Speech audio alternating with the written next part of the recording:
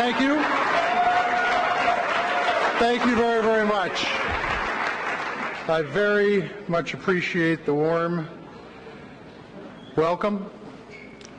Very much appreciate the opportunity to be here today. Before I start, I want to do something a little bit off script. Yesterday when I was in Washington, D.C., I was sitting in the airport, and I got a call from my staff, and a person who has been connected with this legislature for some 5 decades, wife had passed away.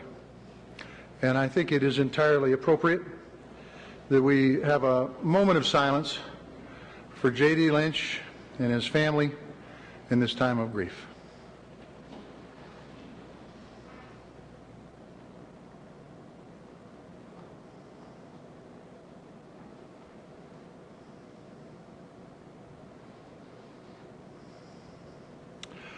Thank you.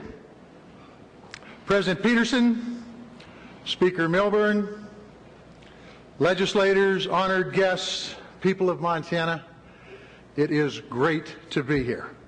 It is great to be back in Montana's People's House.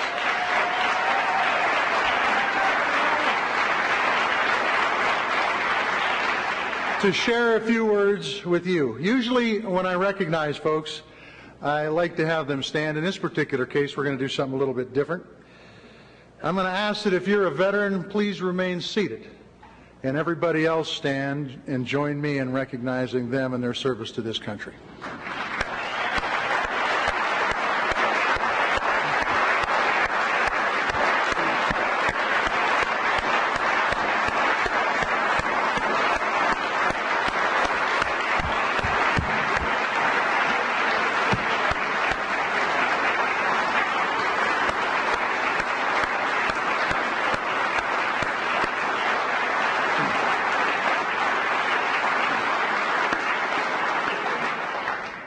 I also want to acknowledge my friend, Lieutenant Governor John Bollinger, here today.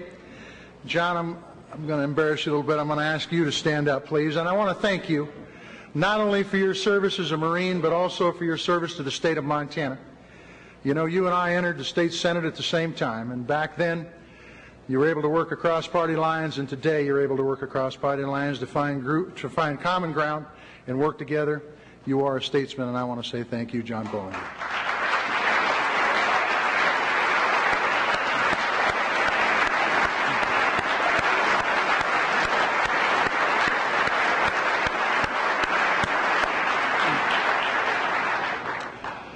Last week I was asked an interesting question by a reporter. The reporter asked me who my best friend in Congress was. I thought about it for a second, and I said, my best friend in Congress is my best friend in life, Charlotte Tester. She's my partner. She is my partner in serving Montana. She's my partner in operating our family farm, in raising our children, and in loving our grandchildren. And I want to say Charlotte couldn't be here today, but a lot of my family is, and I want to introduce them. My daughter Christine and her husband James are here today, as well as Melody and her husband Glenn, and 3 of our grandkids, Keely Keena, Braden, and Tucker. Welcome to the People's House of Montana.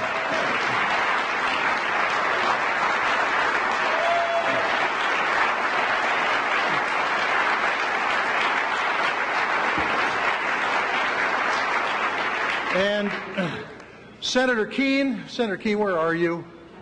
There he is. Senator Keene, I was sorry to hear that Senate Bill 6 got tabled in committee.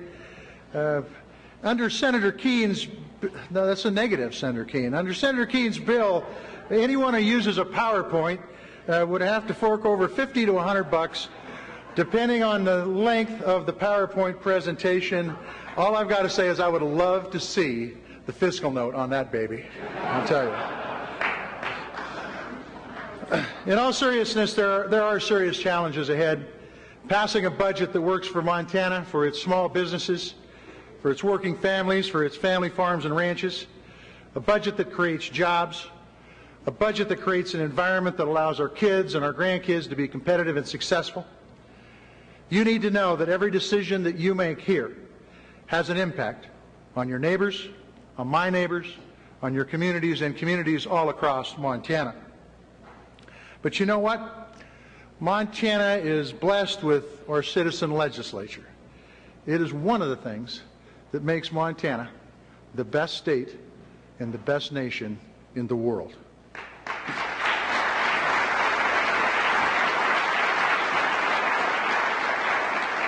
I was proud and honored to serve here, and I want to thank all of you for being a part of that too. Montana is blessed with a strong small business spirit. I've seen it firsthand as I travel back to the state every weekend, visiting every county. I see the spirit in folks like Kim Ormsby, founder of Natural Baby Company in Bozeman. What started as a great idea, selling cheaper, environmentally friendly baby products online, has turned into a booming brick and mortar business. Kim Ormsby is a Montana success story, and she's creating jobs. And then in Red Lodge, a gentleman by the name of Keith Laver is just starting a business called the Healthy Pantry. He takes Montana egg commodities and on a stove in a building on Main Street, Red Lodge, he turns them into meals that are easy to prepare at people's homes. The Healthy Pantry isn't just making good food, it's putting folks back to work.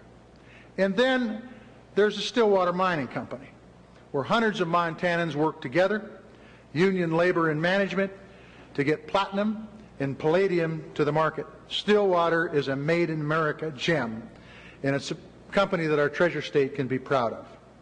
From metals to minerals, coal to oil and natural gas, Montana is rich in natural resources. We've got the trees and the biomass, the wind and the solar and the geothermal energy. Our resources include the animals that we raise and eat and the ground where we raise our crops. Ladies and gentlemen, in Montana we've got the lumber, we've got the hardware. What we need from you is a smart, and I emphasize smart, budget plan to create jobs and to keep Montana's economy strong. A plan that strengthens and maintains a business-friendly environment.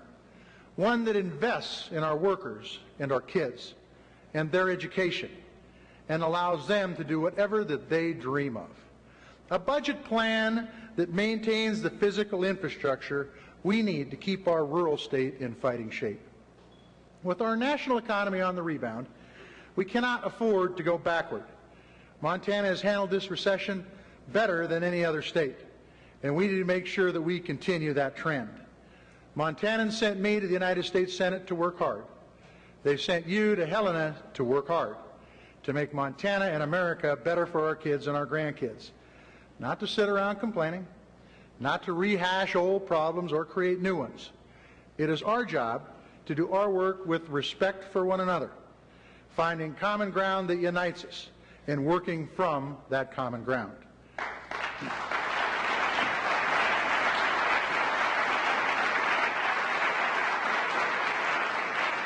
Some of us may be Democrats, some of us may be Republicans, but remember, we're Americans and we're Montanans first.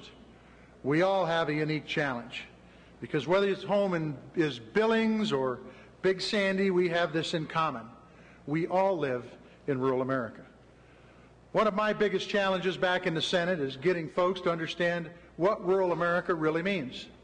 To them, rural America is the area between Washington, D.C. and Baltimore. For us, it's a way of life. We share a heritage rich in agriculture. I'm proud of the fact that I'm the only member of the United States Senate and the only member of Montana's delegation who still operates a family farm. It's an important perspective to bring to the table.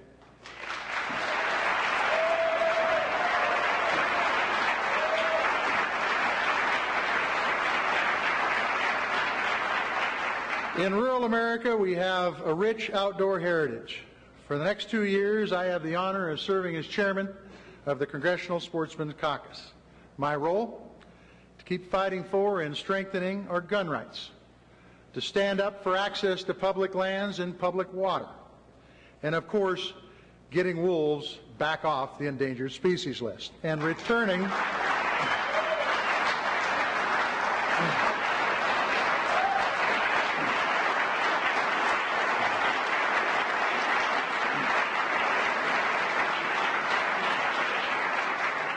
and returning their management to the state of Montana, to the pros who know how to do it best. I'm doing everything that I can to pass wolf legislation through Congress because we need a solution for wolves, and we need it now. I introduced a bill yesterday that delists wolves. It returns us back to Montana's management plan, which was just working just fine. The bottom line is we need to start hunting or managing wolves now. That's why last week I called for a controlled wolf hunt in Montana. The Interior Department is expediting that request, and I will hold their feet to the fire until they approve that hunt. It is a good step, but it's exactly the reason we need to delist wolves. Montana has responsibly managed wolves, and we shouldn't have to ask the federal government for a hunt. Until wolves are delisted and Montana is back in charge, I will do everything that I can to push the feds to work with us, to let Montana aggressively manage wolves. In addition to our outdoor heritage, Montana and rural America have a proud tradition of military service. Our state is home to some 103,000 veterans, and more are coming home every day, many with injuries that can be seen and unseen. In December, I had the honor of visiting Lance Corporal Tommy Parker in his hospital room in Bethesda. Tommy is a Marine from Ronan. He lost both legs and part of his hand while serving our country in Afghanistan. As big as his losses are, the only thing bigger is his incredible positive attitude and the love of his family. We needed Lance Corporal Parker, and now Lance Corporal Parker needs us. Our veterans and servicemen and women have fought and fight for our freedom and liberty every day. So let me be clear. We have a lot of challenges ahead when it comes to cutting spending and cutting our debt, but we cannot afford to do it by cutting benefits from America's veterans.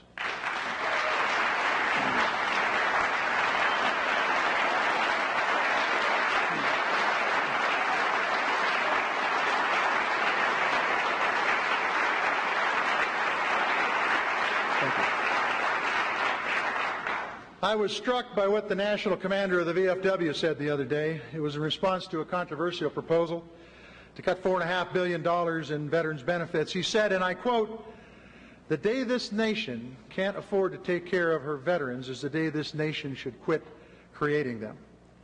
Montana is blessed with our heritage of military service. In rural America, we've got to strengthen what we're blessed with. Because rural America fights for this country, it feeds this country, and it fuels this country. Like many of your relatives, my grandparents came to Montana with very, very little. They had to rely on their own hard work.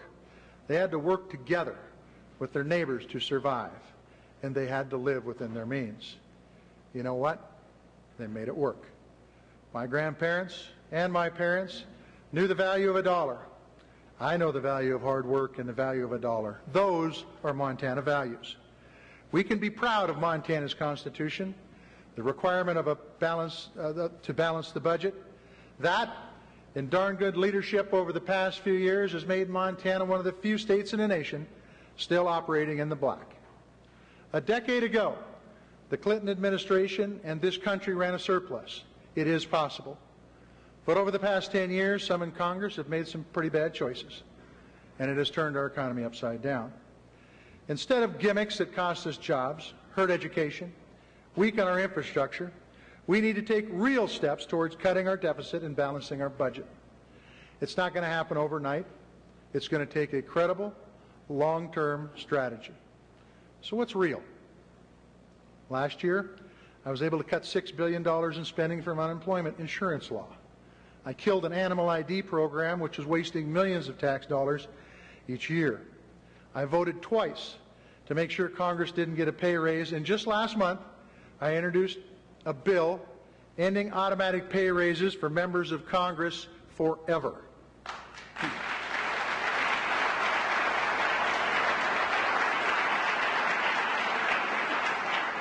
This week, Tom Colburn, a conservative Republican from Oklahoma, and I teamed up and introduced a bill to make sure that hardworking taxpayers don't have to write unemployment checks for millionaires. Just common sense, isn't it, folks? And it shows that one party doesn't have all the good ideas. You just have to be willing to work together to cut spending and cut our debt.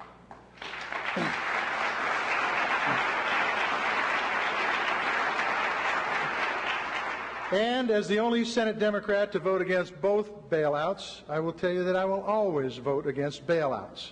As for a credible long-term strategy, I supported creating a bipartisan panel to recommend a path forward to cut our debt and to cut spending. I read the plan. I don't agree with everything in it, but I support the idea behind these recommendations. We need to cut waste, fraud, and abuse in our entitlement programs. We need to make sure that they continue to work well into the 21st century. We need to take a look at our tax code to make sure it works for middle-class families and to make sure that nobody sidesteps the system. That's what it's going to take to cut our debt and cut spending, not gimmicks. It won't be easy. In fact, it'll be pretty darn difficult. We're going to have to make some tough choices in the weeks, months, and years ahead, because for every expenditure, whether it's a government program or a tax earmark, that has a network of people that support it. For that reason, balancing the budget will be challenging, but that doesn't mean it can't be done.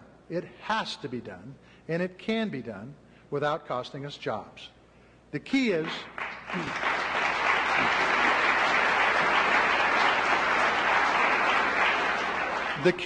that no one is excused from sharing in the sacrifice, not the folks who live in the big cities, nor the folks with the Swiss bank accounts, nor the Wall Street banks, nor the K Street lobbyists, nor the insurance giants, or the multinational corporations that send American jobs overseas and that now can secretly fund our political campaigns.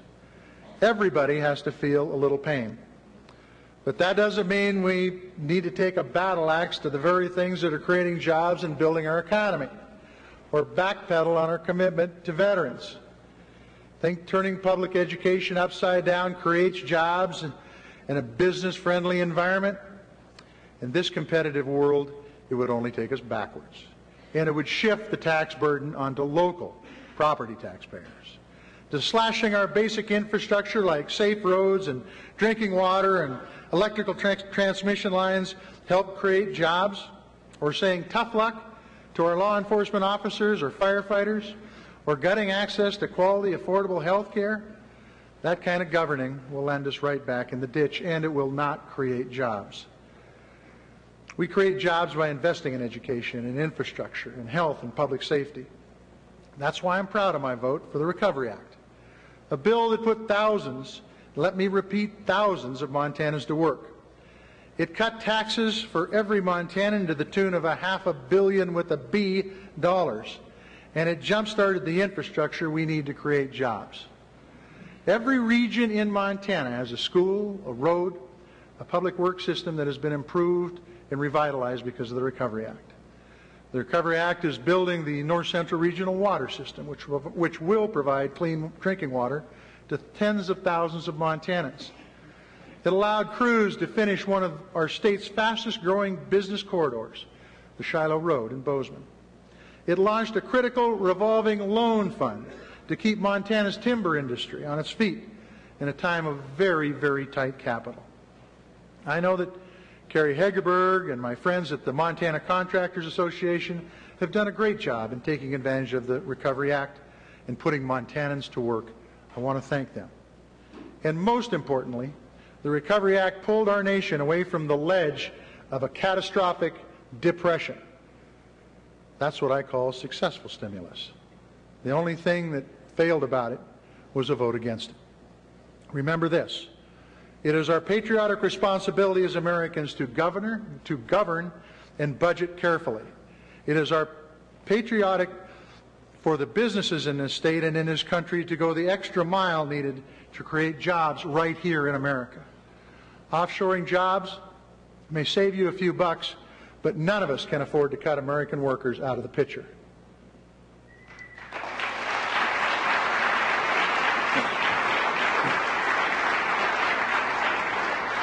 invest in jobs here, and you invest in your community and your country. The Natural Baby Company is doing it, the Healthy Pantry, the Stillwater Mine are doing it, a whole bunch of Montana businesses are doing it. Montanans should demand support for Montana jobs from their political leaders, and we should all demand it from our businesses. As we have this debate, we also can't let Montana and rural America shoulder more than their share of the sacrifice. That's all the more reason I need to keep fighting for the priorities of rural America in the United States Senate. I will never give up on Montana. I will never give up on our family farms and ranches, our schools, small businesses, our veterans. Our human infrastructure is too valuable to let that go by the wayside. Letting our roads fall apart or letting our best teachers go somewhere else will cost us jobs, and it will cost us opportunity. We cannot afford to take a backseat to anyone. Despite the differences we may have in this room, we are all Montanans, and we're all lucky to call this state home. I'm bullish on Montana. In fact, I can't think of a single reason not to be. We've got the people, we've got the resources, and like the generations before us, we've got the opportunity for the taking. Later this month, February 23rd, I'm hosting my 6th Small Business Opportunity Workshop. This one's going to be in Missoula. And I invite every Montanan to attend. You don't have to be a Democrat or Republican to take part. The idea is to work together, to build Montana, to create jobs, and take advantage of every opportunity possible. Montanans aren't afraid to work hard or make tough decisions. Working together will build our state. We'll create jobs. We'll move forward, not backward. We can do it while empowering small businesses, family farms and ranches, and working families. We can do it without ignoring the needs of physical and human infrastructure that we need to stay competitive. We can do it by investing in K-12 education and our university system. Good luck in the weeks ahead, and God bless each and every one of you. God bless this country.